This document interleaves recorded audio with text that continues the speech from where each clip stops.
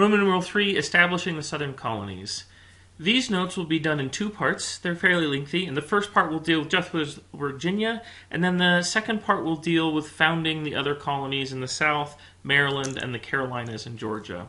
So establishing the southern colonies, like I said, we're going to start with Virginia. The southern colonies, typically what we'll say is below the Mason-Dixon line. It is all the colonies that's from Maryland and the present-day United States south. All of these colonies will be grouped together because they share a similar climate and settlement pattern. So the first thing we see here is we see a colonial picture of a character who we meet, John Smith, and he is going to be having some conflict with the local Native Americans. So Virginia. Virginia is the first of the southern colonies to be founded. In fact, it's the first of all the colonies to be founded, the first successful colony. Virginia is going to be created by the Virginia Company of London. If you remember in our last set of notes, we talked about the development of the joint stock company.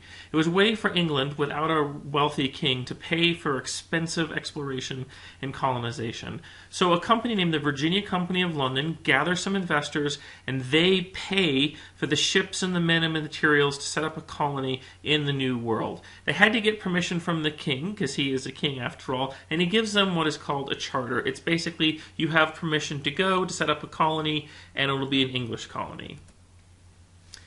Now, why do they do this? They do this because, again, they're trying to copy the success of Spain. If you remember in our last set of notes, we said that they tried to set up Roanoke colony, complete and utter failure. But now it's 1606, it'll be 1607 soon, and the English are going to give it another try. And so they're going to try to go to the New World and set up a colony, and maybe there are large-scale Native American civilizations to conquer. Maybe they'll find gold, maybe they'll find the Northwest Passage. But the important thing to remember here, that the goal of what will become the colony of Virginia is to make money. It is, from the very beginning, America has the idea that we should be making money right from this very start. The colony is going to be run by the company because it is a company venture. And overriding every decision they make is this going to make us a profit? The investors in the Virginia Company of London expect a return on their profit. They're hoping to find gold and silver and goods that they can use and sell back to England to make money. So Jamestown is the name of the first settlement that the Virginia Company of London sets up. They send some ships in, they find the Chesapeake Bay. Now at first they think this might be the Northwest Passage. It turns out it's just a bay. But they do set up a colony on a peninsula. You can see in this map where it shows you Jamestown Island. Jamestown is set up on a peninsula for defensive reasons. The Spanish are to the south. The Spanish don't want the English to be rivals of theirs in the New World, so they'll try to attack them. The French are in their inland a little bit, and so, plus they're Native Americans. So the company decides that they need to pick a defensible position, which is an island. The problem is that the island has brackish water. It has salt water all around it, and so it's not going to be good for drinking, and it's located on a swamp, and which is not going to be good for growing crops, and there's also going to be diseases, and so they couldn't have picked a worse site to have their colonists survive on, but they were thinking about defense first. So who are the people who come to the Virginia settlement? They're mostly rich gentlemen. They were men who were second and third born sons, as we talked about before, who were looking to make a profit in the New World. So they're not coming here as families in Virginia. They're coming as single rich men who are looking to come and quickly make a profit, get rich quick, and go back home. Now, these rich gentlemen have a noble life. They're used to that, so they're not used to work. They don't have hardly any skills. They're not blacksmiths or carpenters or farmers or anything like that. And so when they get to the New World, they're really not going to know what to do, even if they want to work, which they don't. They just thought the riches would be here for them to take. Now, they do bring some servants with them, as we can see in this picture, but not enough. And so Virginia is going to have quite a few problems right off the bat as a colony. So the first thing we see is that they're not going to work. We said that they brought gentlemen along who aren't going to work anyway, and even if they do want to work, they don't know how. And so they just spend their day digging for gold, looking for gold, thinking that that's the quick return on their investment. So instead of planting crops, trying to make nice with the local Indians, learning how to fish and survive in this new world, they don't. They just sit around. Every once in a while they go out and look for gold. If they don't find it, they come back and sit around. And they're expecting somebody to take care of them. These are rich gentlemen after all, and that just doesn't happen. Next, they argue amongst themselves. all of these rich gentlemen are used to having their own way back in England. They're very upper class, and they don't want anybody else telling them what to do. And so as a colony, even in the face of starvation and Indian attacks, they're not going to be able to agree on what to do, how to approach these problems. So they're just not getting along. So in their desperation, as the year goes along and they're getting closer and closer to fall and winter, these rich gentlemen, these English colonists, they realize, oh my gosh, we don't have any food. The ships that brought them here have long since left to go get more supplies for the next round of settlers. And so in their desperation, they start to loot and pillage and attack the local Indians, the Native Americans, to get their corn, which of course makes the local Native Americans mad. And so now we have Indian attacks going on against the village just to make things worse. And there's nothing really cohesive to keep this settlement together. Human beings can do a lot if they are all on the same page. They're a team and they realize, let's support one another and we can be successful. But there was every man for themselves here in Virginia under this early attempt at colonization in Jamestown. They were all looking to make it rich for themselves, and then they don't care about the next man. So if they have some food and the next man in the hut over doesn't, that's too bad for him. And so really we see this is a very chaotic, unorganized mess, Jamestown. As a result, in the first year of the colony settlement, 40% of the colonists who come die. And that is a very high number, and it's not going to go away anytime soon. The early years of Jamestown, probably for about the first 10 years, we're going to see very high mortality rates. Until we see about a year into their time as a colony, we see Captain John Smith, maybe a little bit before that. Captain John Smith will take over. Now, Smith was one of the original settlers of Virginia, of Jamestown, but nobody listened to him because he wasn't a rich, noble guy. He had lots of military experience. That's why he was brought along, that the company picked him. But the rich gentleman didn't want to listen to him. And as Smith is sitting there watching the colony disintegrate around him, he said, enough of this. He said, I don't care if these rich gentlemen want to listen to me or not. So he gets a group of followers together and they overtake the colony. And he is going to rule the colony with an iron fist. He's going to bring out his military side, and he is going to make these rich gentlemen do what he says, which will help them survive. So let's talk about Smith a little bit more.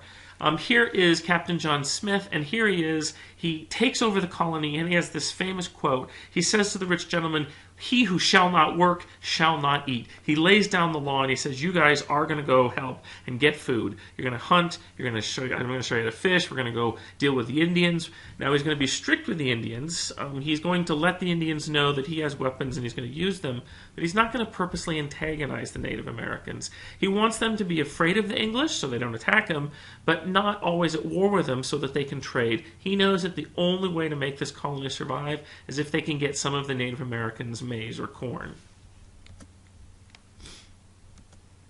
So we now have this story of Pocahontas and Smith. Of course, the story is perpetuated by the Disney movie cartoon, is that Pocahontas was a young Native American princess who was the daughter of the local chieftain of the area, and she fell in love with Smith, and when the Indian chief, his name is Powhatan, tries to kill Smith, she throws himself on top of him and says, no, Dad, you don't, I love him. Well, that is not true. For what we know of the real story is that Smith was captured by Powhatan, Pocahontas' father, and he was about to execute him, but it was traditional Native American ritual that if you have your enemy in your possession, you do this kind of ritualized sacrifice, but you never really intend to kill the victim. It was just a way to show the victim that you have power over them and let them know who's boss. And so this was all just kind of a drama that was played out for Smith's benefit, to show Smith that Powhatan, the local Indian chief of chiefs, he had control over the English, the control of life or death. And now Pocahontas will eventually hang out more and more and more around the English settlement, learning English and becoming a very important go-between or diplomat between her people and the English settlement. But her and Smith never had a relationship. She was probably about 12 to 14. He was about 27. Age gap was too different, and it just didn't occur. Now, Pocahontas will marry another Englishman and becomes a very important part of the story that we'll talk about later. But this whole story was just kind of a made-up love story. And when Smith is in charge of a colony, He does develop this relationship with Powhatan. He does create a relationship where the Indians, the Native Americans, will trade with the English for corn, and he keeps his Englishmen under control so they're not always attacking the natives and antagonizing him. And the colony, the death rate goes way down under Smith. But eventually Smith is going to leave the colony. The rich gentleman didn't like him telling him what to do, and he is going to get injured in an accident. It's a little unclear whether it was an accident or not, or somebody tried to purposely kill him, but he will be injured in an accident, and he gets sent home on a supply boat back to England. And so the following year, 1609 into the year of 1610, that winter, we see that the colonists now, without Smith, they don't have anybody of a strong leadership quality telling them what to do, and they go back to their old ways of bickering and attacking the Native Americans and having to deal with starvation. And so we call this the starving time of this winter. At the beginning of the winter, there were 400 colonists in Jamestown. By the spring, there's only 40 left, so very high death rates. The colony is not doing well. It looks like it may go the way of Roanoke Island. The company also may just pull the plug on this whole investment because they keep sending supply ships and supply ships, which is costing the company money, and they don't get any return on the investment. They haven't found any gold. They haven't found anything to help them make that much money, and they just keep pouring money in, and they don't get any investment back. Any return back on their investment. So by 1610, it's the spring, and the 40 colonists that have survived the starving time, when supply boats come, the colonists say, don't bother supplying us, we're going to get back on the boats, this is a death trap, Virginia, and we're going to sail back home. We don't care what the company says, we're quitting. But as those boats go down the James River, back into the Chesapeake, ready to leave back for England, they're met by even more supply ships that the company sent, and this time the company hired a man by the name of Governor de la Warr, and we see his picture on the right, and he is the new governor of Jamestown and Virginia, and he tells the ships that they are going to turn right back around, and he makes the colonists stay. So with this strong leader and continual reinforcements of English from the company, we're going to see that the colony will limp along for several years until they can find some way of making money to draw more investors into the company and more settlers. And here is the thing that's going to save Virginia. We have tobacco. A guy by the name of John Rolfe, he's an English colonist, and he was looking for a way to make money, because obviously there's no gold or silver in this region, no large-scale Native American civilization to conquer and take their wealth. But he does see some Native Americans smoking this weed from this tobacco plant, and they seem like they enjoy it, and so he asks to try it, and it's really bitter, and he's like, I can't sell this. But then it gets him thinking. He knew that there was also another variety of tobacco plant in the Caribbean that he's heard about, and so he imports some of those plants into Virginia. And this tobacco plant, while similar to what natively grows in Virginia, is a little bit different, and when he raises it there, and it grows very well, it has a much sweeter taste, and he realizes, I can sell this back in England. So he starts growing this Caribbean tobacco in Virginia, and he sends off the first batch around 1619 or so, 1617, and he sends it back to England, and it's an instant success. Now the people of England are clamoring for something that the people in Virginia can grow. They have a cash crop. They have a way to make money for the colony, and it saves the colony. Now the colony is getting some return on the investment. The company's getting a little bit happier, and people want to go to Virginia. As you can imagine, before John Rolfe discovers this tobacco variant, they had a tough time, the company, getting people to come to Virginia, because to go to Virginia meant you died.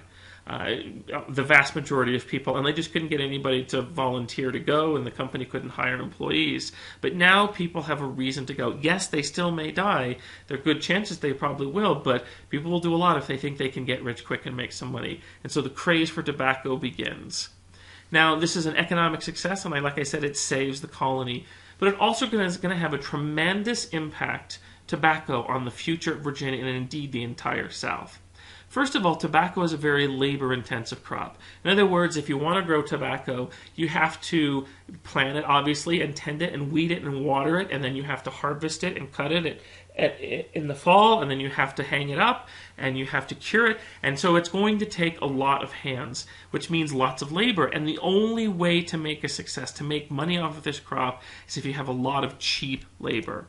Now, this cheap labor is going to be filled by indentured servants. If you remember in previous lectures, we talked about the enclosure movement going on in England and the increased population. So there's lots of out-of-work, desperate, poor English people, and they are told that there is labor needed in Virginia. But the problem is there's work, there's jobs in Virginia, and there's out-of-work people in England. But the problem is these out-of-work people in England, they can't afford to buy the boat ticket to come to America to fill up those jobs. And so we have this kind of problem. And so indentured servitude is created to fix this. What I do, if I'm a plantation owner in America and I have a tobacco plantation, I will either go back to England or hire somebody for me, and they will go around to the poor people of England and say, look, who wants to go to America? There's lots of jobs there. And of course, lots of people say, we'd love to go to America. We know there are jobs, but we can't afford it. And so this guy will say, well, why don't you just sign this contract? I will pay for your trip over to America. You just have to work between 4 and 7 years for me, to pay back the trip's cost, and then you're free. You're in America, you'll have a job, land is plentiful, and a lot of poor Englishmen decide that they'll do this. They'll become indentured servants, which is kind of like temporary slaves, because they understand that they may die on the journey over, or they may die during their 4 to 7 years in service, but once they're done, they're going to get something that they could never get back in England. If they're in America, now they can get land, because land is cheap and it's almost free, and they have economic opportunity, something they'd never have if they stayed in England. And so we see thousands of young people in England who are out of work sign up to be indentured servants to come to the New World. And these poor English people will provide most of the labor for these plantations. Now, some of you may think, well, why didn't they use African slave labor? You don't ever have to set them free. Well, for various reasons, African slaves at this time were much more expensive than indentured servants. And so tobacco planters were going to use the cheapest labor possible, and at this time, that was indentured servants. And we'll talk more about why that is later. Next, to encourage even more people to come to Virginia, because the only way the company is going to make money is if we can get more tobacco grown. And so to encourage more people to come to Virginia to act as laborers or investors or plantation owners, they come up with the Headright System. The Headright System says that for every person, let's say I'm a rich plantation owner and I have a tobacco plantation, for every indentured servant I bring over, for every family member I bring over to work as laborers in Virginia, the company will give me additional acreage of land, 50 more acres for every indentured servant I bring in. And that's a huge incentive for me, the plantation owner, because land means more tobacco means more wealth. And so what I do is now I'm really under the pressure. I go to England and I get a whole bunch of people indentured servants, and everyone I bring over, I get wealthier. Not only do I have more labor, but now I have more land to grow tobacco on. And so the Headright System, which I've just explained, is the reason it's created is to encourage, the company wants to encourage more people to bring more indentured servants over. So African slaves, we do see that some African laborers are imported to Virginia about 1619, but we're not exactly sure if they were what would we traditionally call slaves. They may have actually been treated as indentured servants. Some records indicate that this first batch of Africans that were unloaded by a Dutch ship, by the way, into Virginia, they were treated as indentured servants. They served their 4 to 7 years, and they were set free then. And every indentured servant, once they survived their indentured servitude, once they survived that 4 to 7 years, depending on the contract, they would be given by their owner some tools, some clothes, and then they would be free to go out and to get their own piece of land and start their own success and maybe get indentured servants themselves and become hopefully a rich plantation owner themselves. And some of these African workers did get their freedom and they did get some land. And so we do say that African slaves started in 1619 pretty early, but African slavery as a labor system is really not going to take off until much later, after 1676. So we're going to have a big population surge in Virginia. All of these people coming in, we see that more and more settlers arrive, which makes it a little bit easier to survive. They know what they're doing now in Virginia. There's a reason to come. All of this indentured servants are coming in, and so the population starts to steadily climb in Virginia. Now, the next impact that tobacco has on the people of Virginia is it creates a very hierarchical, stratified class system as represented by this pyramid. Imagine if we were to divide this pyramid into sections, and the top, very smallest part of this pyramid, that's what's going to be the plantation elite. These are the men who own the big tobacco plantations and are getting richer every year the more indentured servants they bring over through the Headright System. So they have all the power. They have all the land, all the wealth. They're going to get, as we will see, all the power in the local government. So it's good to be one of these planter elite. They are at the top. Then in the middle of the pyramid, we'll see men that have middle-ish, average-sized plantations. Maybe they grow tobacco on part of their farm, and maybe they grow corn and carrots and those kinds of things as well. Their plantations aren't as big, or their farms aren't as big as the rich plantation owners, and they maybe have 5 indentured servants, maybe 10. They don't have 100 like some of the large plantation owners. And then at the bottom, what we're going to see is a whole group of landless men. We see men that were indentured servants that have survived or run away. That was a problem that a lot of these indentured servants didn't want to serve their time and just ran away. And so they're very poor. They don't have any land, or they don't have a lot of land. And then we see also the indentured servants who are still in their indenturitude. So we see that there is this big widening wealth gap in the South, and it really all is dependent on how much land you own. That is going to be the status quo for the South all the way until we get to the Civil War and beyond, is that the South is not a cohesive society. They didn't come as families. Even when indentured servants start to arrive after the first few years, most of them are men. And so we're going to see a very stratified, class-conscious society, which is much different than what we'll find in New England. Next, we're going to have conflict with natives. We're going to have a lot of conflict with natives, more than we'll see in most of the other colonies. The reason being is that when John Rolfe discovers this kind of tobacco, what I told you a few minutes ago, that land means wealth. The more land you have, the more tobacco you can grow.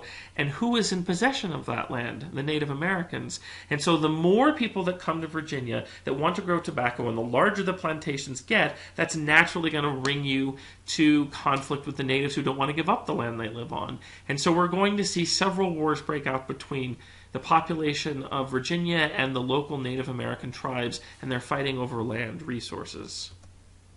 In 1619, besides having the first batch of African slaves, it's also a significant year because the Virginia Company of London created a House of Burgesses. The House of Burgesses, which we see on the left in Virginia, is a meeting of local elites that were elected by the people lower in the class society, and they were elected to make rules and laws for Virginia only. And we see that this is modeled on what most English are familiar with on the right, Parliament. So as Englishmen, these people are coming to the New World, and they're used to living in England where people get to elect their leaders and they work with the king to make laws. In Virginia, they didn't have that. They had a distant king who really didn't pay attention to him too much. And then they had kind of no way to make local laws.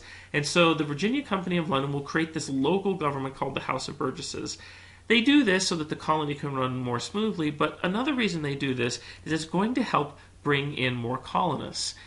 If I'm looking for indentured servants, I can go to England and say, look, come to the New World, come to Virginia, there are jobs. If you survive your indentured servitude, you can have land and economic opportunity, and you can also be part of a colony that makes their own laws, that is not made by a faraway parliament. And this is very appealing to people, knowing that they have some democracy. So it was another way to bring in colonists to the New World, to the colony.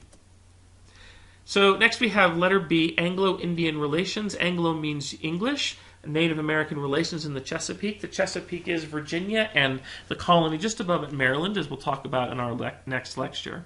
And so what we see here is let's go back just a little bit to 1606, 1607, when Jamestown colony was first started. When they land on the peninsula where Jamestown is, there were lots of Native Americans in the region, and as I told you, Pocahontas' father, Powhatan, was the leader of all the tribes. There were many tribes in the Chesapeake of Native Americans, and the chief of all of those tribes, the chief of chiefs as it were, was Powhatan. He is a very powerful man who can control all the tribes you see in this dotted line here. So when the English arrive, Powhatan doesn't immediately wipe them out. He doesn't see them as much of a threat. There are not that many English there. He sees that they don't know what they're doing. They can barely survive. But they do have advanced weapons. And so Powhatan thought that if he could deal with these Englishmen, if he could trade with them and get some of their advanced weapons, it would help cement his control over all the other chiefs in the region. And so Powhatan played this game of trading with the English, but not too much, so they don't get too powerful and survive too much. He wanted to keep them weak enough that they would be desperate to trade with him. And so we see a very complex interrelationship between the early English colonists and this Indian chief. He didn't want to get rid of the English, like I said. He just wanted to keep them weak enough that they could trade with each other, and he'd get some of those English goods, including guns. Strains on the relationship. However, as Virginia continues to attract more colonists, like I said on a previous slide, we're going to see that the pressure between Powhatan and his Indian Confederation and Virginia is going to increase because there's only so much land in the region. And as more and more English come and grow more and more tobacco, it butts them right up against Powhatan and his tribal lands. And eventually we're going to see conflict spread. And there'll be a whole series of wars that's on again, off again between the natives and the English. Now, there are also some periods of peace in between these wars. Smith gave a period of relative peace, John Smith, when he was around. But when he left, then we had a war. And then once again, we see that John Rolfe and Pocahontas create a period of peace in between these wars as well. John Rolfe was the guy who came up with this tobacco, and he is going to marry Pocahontas. And this is a symbolic marriage of these two cultures. And for a while, their marriage kind of calmed tensions down. So once again, Pocahontas does play an important part in the story of Virginia, just not the traditional one that people know. And we have this period of peace. However, this can't last. Like I said, as more and more colonists come in, doesn't matter how many treaties you have, how many nice feelings you have, the fact of the matter is the English are going to want the Native Americans' land, and the Native Americans just won't want to give it up, and so conflict is inevitable. So let's go back to this guy named Lord De La Warr. If you remember, he arrived after the starving time and made the colonists stay, and he is somewhat like Smith. He is a guy who rules with an iron fist. The difference is that he doesn't want to deal with the Indians at all. He just wants to wipe them out. And so Lord De La Warr, as we see tobacco being grown more and more and more, he says, look, I can see that we're not going to be able to make peace with these Native Americans, and they have what we want, land. And so he is going to pursue a policy of trying to wipe out the Native Americans in the region. Now let's take a moment to compare and contrast the English model of dealing with the Native Americans versus the Spanish and French. The French dealt pretty well with the natives, if you remember from our previous lecture. It wasn't because the French are nicer. Typically, it's because that they needed the Native Americans. The French were in the New World for furs, and the natives knew where they were, and the natives would go collect the furs for the French, and so the French had to get along with the natives. They wanted to get along with the natives. And it's not very similar to the Spanish model either. The Spanish model, remember, it was in two waves. The Spanish came in and conquered and killed, so that's somewhat similar. But then after that conquest and killing phase, we see that the Spanish wanted to not kill the natives anymore. They wanted to use the natives for labor, to mine their silver and gold, to raise cattle. And so that's the Spanish model. But it's different than the English model, except for that early phase of conquest. The English had nothing to do with the natives. They didn't need the natives for mining because there was no gold and silver along the east coast of what is now the United States. They didn't need them for ranching because the land was not suitable for ranching. They didn't need them to farm because the Indians didn't want to farm tobacco.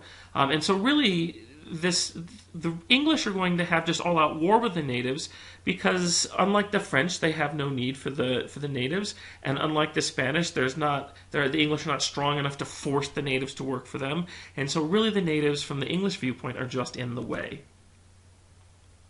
And so we're going to see this as a policy from now Lord De La Warr all the way up until the 1880s, that the English and then American model of dealing with Native Americans is to just kill them or to continue to push them west, because the natives just simply have what the Americans or the colonists want, land. And so let's give you an example that you can put in your notes or in your essay. We have the Anglo-Powhatan Wars. There are two of them, and they stretch between 1610 and 1646 with some periods of peace in between. What we see in this picture on the right is we see Native Americans During a time of peace, the Native Americans realized that this peace won't last, and so Native Americans went into the English villages during this time of peace and just decimated, caught the English settlers by surprise, and just wiped them out.